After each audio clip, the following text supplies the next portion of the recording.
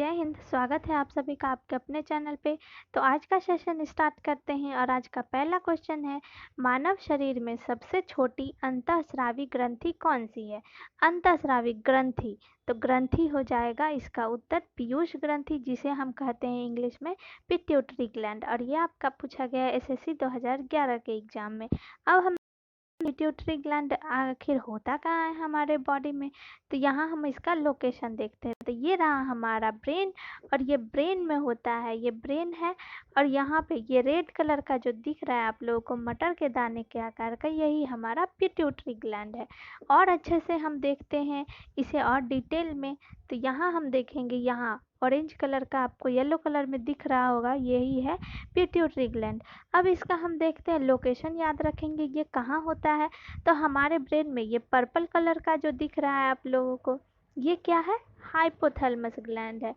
ये हाइपोथैलेमस के जस्ट नीचे होता है पिट्यूटरी ग्लैंड, तो इसको याद रखेंगे।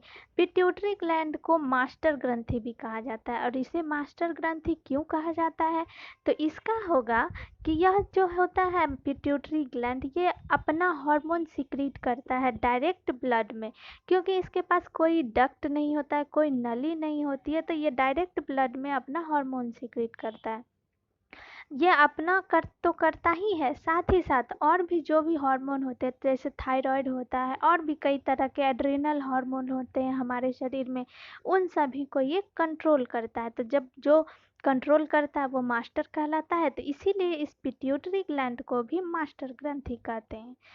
अगला क्वेश्चन देख, भोजन का ऊर्जा में परिवर्तन कोशिका के किस भाग में होता है? तो इसका उत्तर हो जाएगा माइटोकॉन्ड्रिया। अब हम देखते हैं माइटोकॉन्ड्रिया का संरचना। ये भोजन का जो होता है ऊर्जा में रूपांतरण होता है। इसमें देखते हैं माइटोकॉन्ड्रिया में क्या सब होता है। तो माइटोकॉन्ड्रिया के जब संरचना देखेंगे तो इसमें क्या है, एक आउटर मेम्ब्रेन होता है, ये पर्पल कलर वाला, एक रेड वाला होता है, इनर मेम्ब्रेन होता है। तो बाहरी जो मेम्ब्रेन होता है ये थोड़ा पारदर्शी होता है, ये अंदर बाहर बाहरी चीज़ों को करने देता है। और इसके अंदर में जो होता है, यह इस बीच में एंजाइम भरा होता है।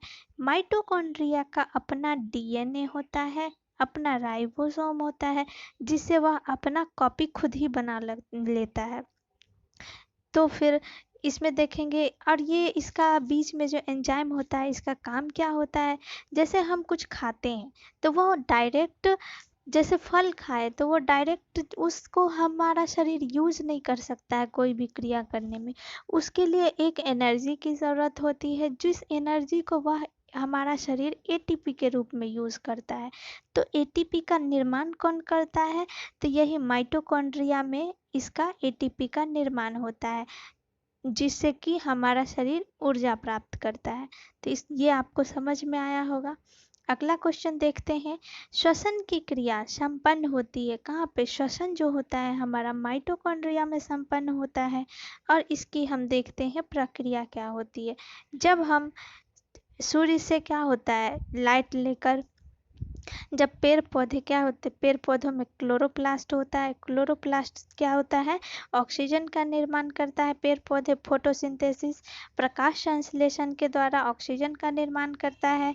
और हमारे शरीर में ऑक्सीजन और ग्लूकोज, जो भी हम एनर्जी खाते हैं, वो ऑक्सीजन और ग्लूकोज ये हमारे शरीर में जाता है, और हमारे शरीर की कोशिका में माइटोकॉन्ड्रिया होता है। और ये माइटोकॉन्ड्रिया उस तत्व को, उस पोषक तत्व को एटीपी के रूप में चेंज कर देता है, और उसके बाद हमारा शरीर उसे यूज कर लेता है।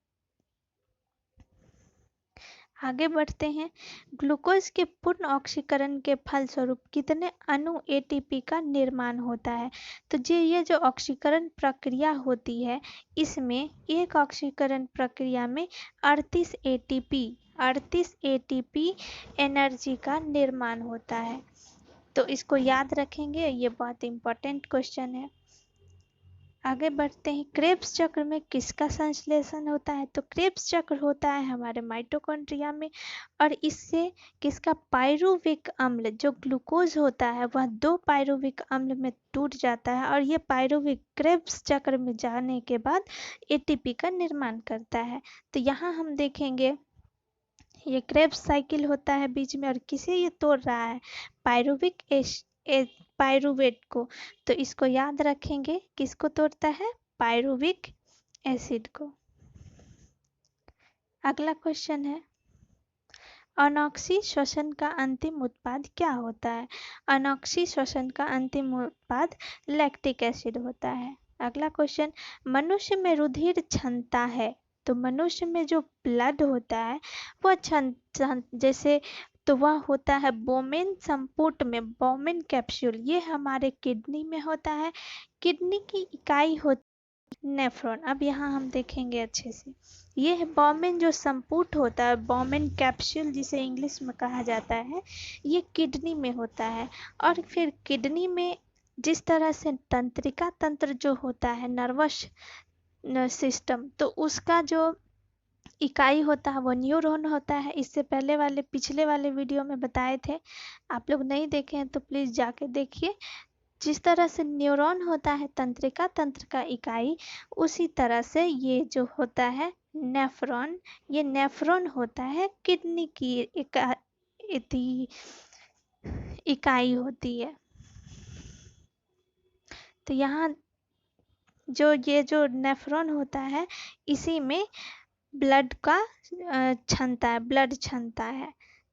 उसके बाद ये ब्लड छन के जो प्योर ब्लड होता है वो हमारे शरीर में रहता है, एब्जॉर्ब होता है। और जो नहीं रहता है उसके बाद वह जो इम्प्योरिटी होती है, जो अशुद्धता होती है, उसके साथ यह मूत्र के द्वारा बाहर निकल जाता है। आगे देखते हैं अगला क्वेश्चन, मूत्र का पीला रंग किसकी मौजूदगी के कारण होता है? तो इसका आंसर होगा यूरोक्रोम। मूत्र का पीला रंग होता है यूरोक्रोम के कारण। अगला क्वेश्चन, स्तनधारी किसमें यूरिया बनाते हैं? इसका सही उत्तर हो जाएगा लीवर में, यकृत में यूरिया का निर्माण करते हैं। अगला क्वेश्चन देखते हैं, और आज का ये हमारा लास्ट क्वेश्चन है।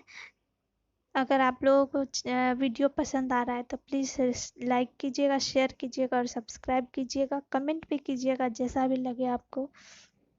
तो आज का लास्ट क्वेश्चन है, मनुष्य के शरीर में मुख्य नाइट्रोजन के अपशिष्ट कौन सा होता है?